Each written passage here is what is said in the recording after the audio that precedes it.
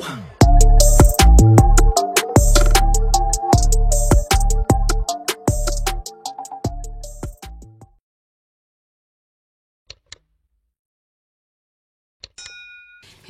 j'espère que vous allez bien. Aujourd'hui, on se retrouve avec mon frère William. Hey. Du coup, aujourd'hui, on a décidé de répondre à toutes vos questions que vous m'avez posées sur Instagram concernant Montréal. Si vous n'avez pas encore vu la première partie de la vidéo, je vous invite à cliquer juste en dessous, je vous y ai mis le lien. Et c'est parti pour la deuxième partie. La poutine surcotée. En fait, la poutine, c'est un peu l'équivalent, c'est l'équivalent du grec en France. Ouais, c'est l'équivalent. Non, mais je veux dire, c'est pas en termes de goût, je te parle en termes de... de sang. Mais non, arrête. De semblant. C'est ça, en fait, dans le sens où... C'est une spécialité du pays. Moi, je te laisse pas. Moi, je trouve que c'est un équivalent. Après, surcoté ou pas, je dirais... Un peu, ouais. Toutes les poutines n'ont pas forcément le même goût, ouais, c'est même s'ils mettent en général la même sauce. Un peu comme en France où tous les Grecs n'ont pas forcément le même goût alors qu'ils mettent la même viande. C'est à peu près la même logique en fait. Moi, je sais que j'en ai goûté quelques-uns, Trois-Rivières, qui étaient vraiment très bons. Puis j'en ai goûté certains à Montréal qui n'étaient pas forcément top. Oui, en fait, comme tout, il y en a qui les font bien et qui les font pas bien. Ouais. Mais pour moi, la poutine, c'est pas du tout surcoté. La poutine, c'est une spécialité canadienne. C'est plusieurs frites avec une sauce viande, la sauce viande et du fromage en fait. Et franchement, au niveau de l'aspect, c'est pas très beau. C'est vrai que c'est pas un plat qui est très gastronomique. Mais honnêtement, moi, la première fois que j'en ai mangé, c'était... C'est où le resto juste avant ? La Banquise. Alors franchement, si vous allez à Montréal et que vous voulez goûter une bonne poutine, allez là-bas. Moi, j'ai bien aimé. De tous les restos où j'ai été où ils vendaient de la poutine, pour moi, c'est le meilleur endroit. C'est pas cher. Vous avez du choix, en fait, au niveau des compositions. Il y a vraiment des compositions des fois, le Canada ça reste l'Amérique hein. Au niveau de la gastronomie c'est pas pareil qu'en France donc ne soyez pas étonnés au niveau des choix sur les cartes mais pour moi c'est bon, c'est une très belle découverte, j'aime beaucoup, en fait je pense que j'aime beaucoup ce plat parce que de base je suis vraiment une adepte des frites faites avec les pommes de terre, pas les frites surgelées déjà prêtes ou les frites du McDo etc, vraiment les frites réalisées avec les pommes de terre, j'aime beaucoup. Et c'est vrai qu'à la banquise, c'est ça, c'est exactement le type de frites que j'aime, un peu molle et tout. Donc voilà, donc pour moi, la poutine, c'est pas du tout surcoté. Ça a la popularité qu'elle mérite. Et elle mérite même d'être encore plus populaire. Il y a un restaurant à Paris aussi qui fait des poutines. Donc je pense qu'on ira... si ils réouvrent les restaurants, on ira faire un petit tour pour comparer, pour voir si c'est aussi bon qu'au Canada. Mais ce qui est drôle avec la poutine, je trouve, c'est que tu pouvais en trouver vraiment partout. Par exemple, au McDo, ils en vendaient, c'est-à-dire que tu pouvais prendre ton menu avec une frite. Ouais, une frite poutine. Ouais. T'en as déjà goûté ? Non, j'ai jamais goûté. Moi non plus. Honnêtement, j'ai jamais osé essayer. Dites-nous si jamais vous êtes déjà allé au Canada et que vous avez goûté la poutine au McDo. Ça serait drôle. Mais je pense que ça vaut le coup ne serait-ce que goûter une fois, quoi. Penses-tu qu'on y trouve facilement du travail ? Alors, c'est plutôt moi qui vais y répondre. Non, toi, tu as des choses à dire ? Non. Bon, c'est plutôt moi qui vais y répondre à ça. Alors, pour moi, au Canada, pour trouver du travail, c'est pas du tout pareil qu'en France.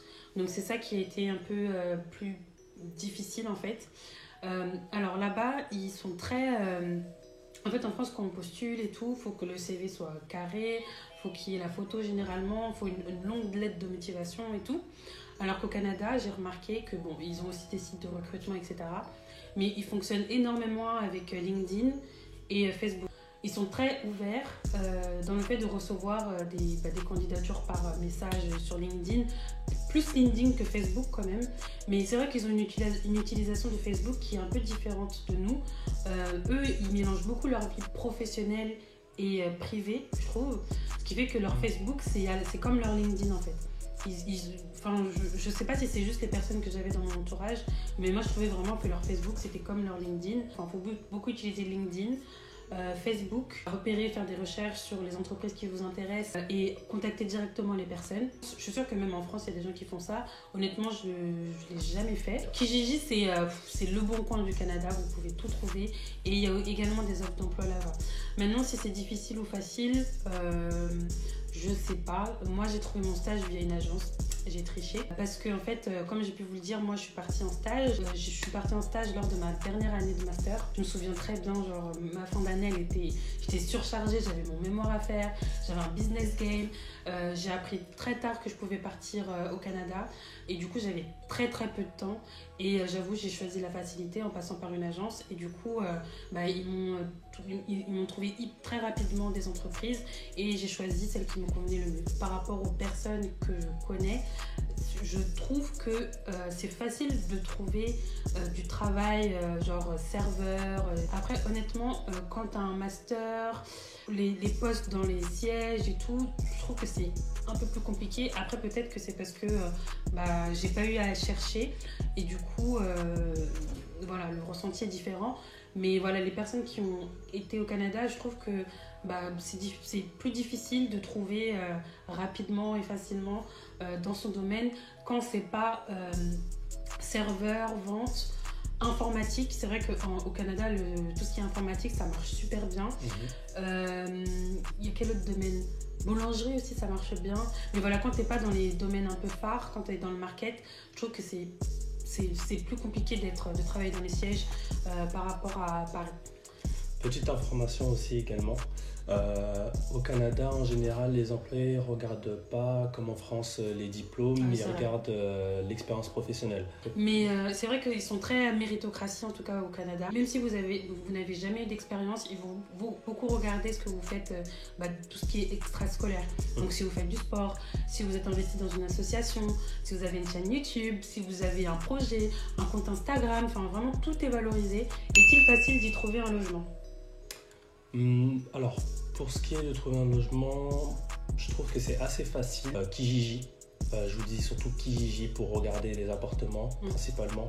Après, je sais que Facebook aussi, il y a beaucoup de groupes. Il y a un groupe Facebook, mais honnêtement, c'est parfait. Si vous avez déjà votre visa pour le Canada et que vous voulez commencer à chercher de la France sans forcément vous y rendre, honnêtement, on va vous mettre la page Facebook, c'est Logement Canada ou Logement Montréal, quelque chose comme ça. On est dans ce groupe.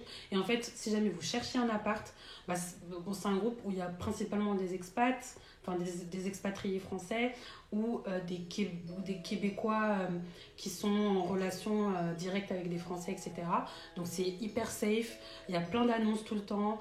Si jamais vous cherchez quelque chose, enfin si jamais vous avez un peu la flemme de fouiller et que vous avez une demande précise, comme il a dit William, et que vous êtes exigeant, vous recherchez un certain nombre de chambres, un budget, une localisation précise, etc. Vous mettez tout et il y a toujours plein de personnes qui viennent vous contacter parce que ça bouge beaucoup, que ce soit au niveau des colocations ou au niveau des logements. Les Français bougent beaucoup. Et ils tombent souvent sur des appartements qui sont très bien entretenus, etc. Donc voilà, on vous mettra la page Facebook. Mais c'est vrai que je trouve même que la page Facebook marche beaucoup mieux que Kijiji. Parce que, en fait, quand tu es expat, je sais pas, tu as une espèce de confiance en fait quand tu vois un autre Français. Je sais qu'il y a des gens, quand ils vont à l'étranger, ils aiment pas du tout croiser les Français. Au Canada, quand tu croises un autre Français, c'est quelque chose qui est vraiment très rassurant, en fait, j'ai l'impression. Et en fait, dès qu'on a eu à solliciter cette page, que ce soit lui ou moi, que ce soit la page Logement Montréal ou PVT Canada, etc., on a énormément de soutien, d'aide, des choses comme ça. Donc n'hésitez pas à checker la barre d'infos parce que on y mettra ces groupes qui sont vraiment bien. Alors, quels sont les prix des universités pour les ressortissants français ? Pour les Français, le prix en général tourne entre 4 000 et 5 000 $, dépendamment de l'université, pour un semestre. Mais pour les personnes qui pensent que c'est extrêmement cher, dites-vous bien que pour le reste du Canada, ils payent quasiment le double. Les États-Unis, le triple du double. C'est hallucinant en fait. Vraiment le Canada, le Québec en particulier, c'est l'une des régions dans lesquelles on peut facilement rentrer dans une université alors que dans les autres pays, c'est vraiment plus compliqué. Facilement quand on est français, il veut dire. Ouais. En fait, c'est vrai que c'est quelque chose qu'on a constaté quand on s'est occupé des papiers pour William pour qu'il puisse aller au Canada. C'est qu'en France, en fait, il y a énormément d'accords franco-canadiens qu'on ne connaît pas, enfin en tout cas que nous on ne connaissait pas. Déjà le cégep, quand tu es français, c'est gratuit. Donc c'est gratuit. Hein. Tu as juste payé, je crois que tu avais payé $150. Ouais, un truc comme ça. C'était quoi? C'était les frais d'admission, je crois. Les frais d'admission. Il me semble que c'était les frais d'admission. Donc il était au cégep, on n'a rien payé. Donc il a juste payé les frais d'admission comme il a dit, de $150, $150 en euros, je sais plus combien c'est. J'avoue, j'ai plus la conversion naturelle. C'est environ 90. Voilà, 90 euros. Donc bon, c'est pas énorme. Et du coup, il y a énormément d'accords franco-canadiens. Renseignez-vous en fonction des études que vous voulez faire. Ça peut être vraiment une alternative. Si jamais vous voulez aller, je sais pas, faire vos études là-bas et que vous voulez commencer par le cégep, commencez par ça. Si vous êtes français, renseignez-vous. Il y a énormément d'accords franco-canadiens qui vous donnent beaucoup d'opportunités comme ça. Donc, cégep, c'est gratuit. Et ensuite, on va avoir l'université, où l'université aussi, quand tu es français, tu as des avantages au niveau du prix. Et ce qu'il faut savoir, c'est que l'université au Canada, que ce soit l'université de Montréal ou l'UQAM, je sais plus ce que ça veut. Bon, l'UQAM, Université du Québec à Montréal. Voilà, Université du Québec à Montréal et l'Université de Montréal. Ce sont deux universités qui sont très réputées et qui sont vraiment l'équivalent des écoles de commerce en France, qui coûtent beaucoup plus cher. Donc voilà, essayez de prendre ça en compte. Si vous voulez aller faire vos études à l'étranger, c'est non négligeable. L'Université de Montréal, ça a une très bonne réputation, ainsi que l'UQAM. Donc voilà, le prix, c'est vrai que c'est plus cher que l'université en France, mais ça a une très bonne réputation internationale, c'est-à-dire que vous pouvez vraiment aller travailler aux États-Unis, enfin même avec les diplômes français, on peut aller travailler partout aussi, hein. Mais en tout cas, il y a une véritable équivalence, et encore plus si jamais vous allez dans une université qui est au Québec, mais qui est anglophone.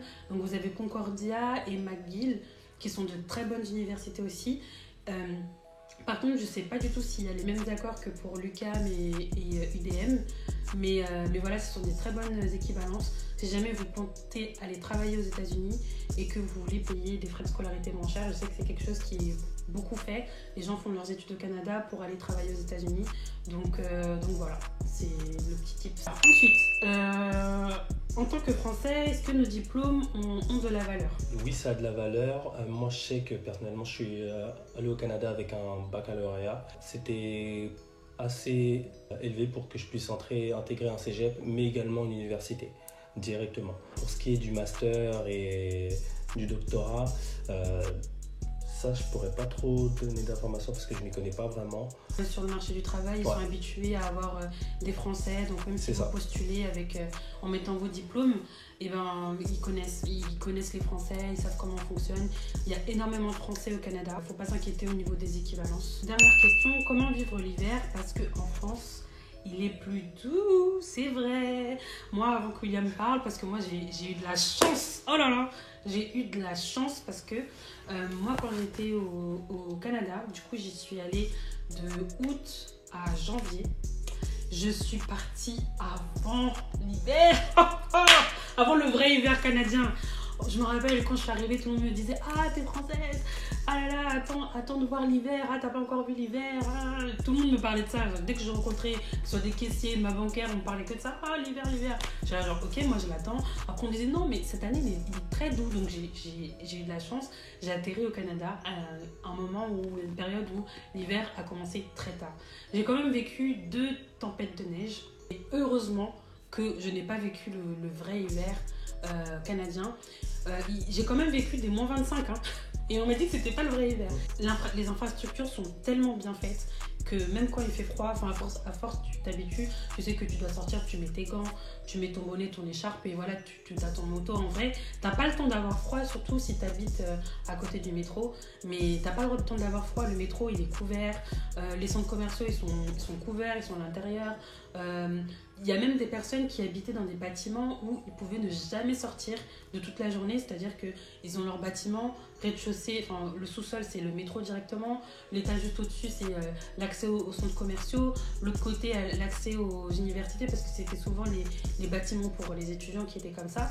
Donc je trouve que les infrastructures sont tellement bien faites que tu ne sens pas le froid, tu ne sens pas le vrai froid. Par contre, les premières fois où j'ai ressenti des moins 10, moins 15, moins 20, c'est comme si mon corps, la première fois, il est là, il fait c'est quoi cette température? Et après, les autres jours, je dis ah, ça va. Et puis, moins 15, température, le corps s'habitue, etc. Et il y a eu un moment où j'avais tellement froid, donc je crois que c'était la première fois que j'ai senti un moins 15. J'avais mal au front, je ne savais pas que c'était possible.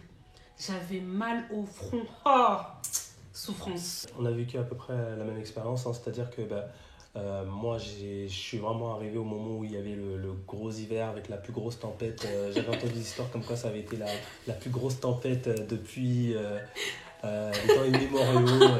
Bref, je suis arrivé vraiment au pire moment en fait. Mais l'avantage c'est que par la suite ça m'a permis de supporter plus facilement les hivers canadiens.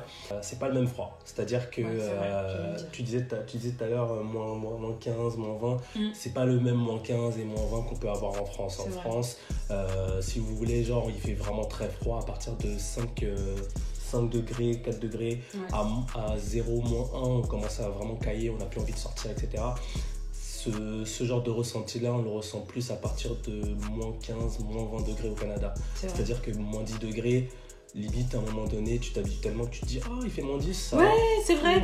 Une fois j'avoue je parlais à ma cousine et tout, je lui disais il fait chaud aujourd'hui, attends quelle température, je vois moins 5. Jamais je me serais cru dire ça, hein. Je me dis il fait chaud aujourd'hui, et là tu regardes bizarre. C'est ça, le froid canadien est plus sec que le froid français en fait. Ce qui fait que on sent cette différence de ce ressenti en fait. C'est vrai. Et moi je pensais, quand j'ai vécu l'hiver, je me suis dit oh quand je vais revenir en France l'hiver ça sera rien du tout à côté. Alors qu'en fait moi j'ai eu froid, hein. Moi j'ai eu froid, hein. Ah non c'est pas pareil, hein. Après c'est vraiment parce que les infrastructures sont différentes. Donc je pense qu'on a fini de répondre aux questions. La vidéo est très longue mais on a vraiment pris le temps de répondre à vos questions. Je sais qu'on n'a pas survolé tous les sujets, mais si vous avez d'autres questions, n'hésitez pas. Ça m'a fait vraiment plaisir de faire cette vidéo avec mon frère, donc si vous avez d'autres questions à nous poser, il reviendra avec plaisir, il me l'a dit. Je rigole. Non mais si vous avez d'autres questions à nous poser, n'hésitez pas. Et de toute façon, mon frère, vous le reverrez sur ma chaîne, que ce soit sur les sujets de Montréal ou des choses comme ça sera avec plaisir. Mais c'est vrai que pour ce sujet, on voulait vraiment prendre notre temps, vous partager notre expérience, notre ressenti et tout. Et voilà. Si vous avez kiffé la vidéo, mettez un pouce bleu. Et abonnez-vous, activez la cloche pour être prévenu de toutes mes vidéos. Sur ma chaîne, je parle surtout de beauté et de temps en temps lifestyle avec des sujets comme aujourd'hui, vivre un monde réel, des conseils, etc. Donc n'hésitez pas à vous abonner, je publie 2 fois par semaine, le mercredi et le dimanche à 18h. Et voilà, on se dit à très vite dans une prochaine vidéo. Et n'hésitez pas à regarder mes précédentes vidéos qui vont apparaître juste après. On se dit à très vite, salut, ciao.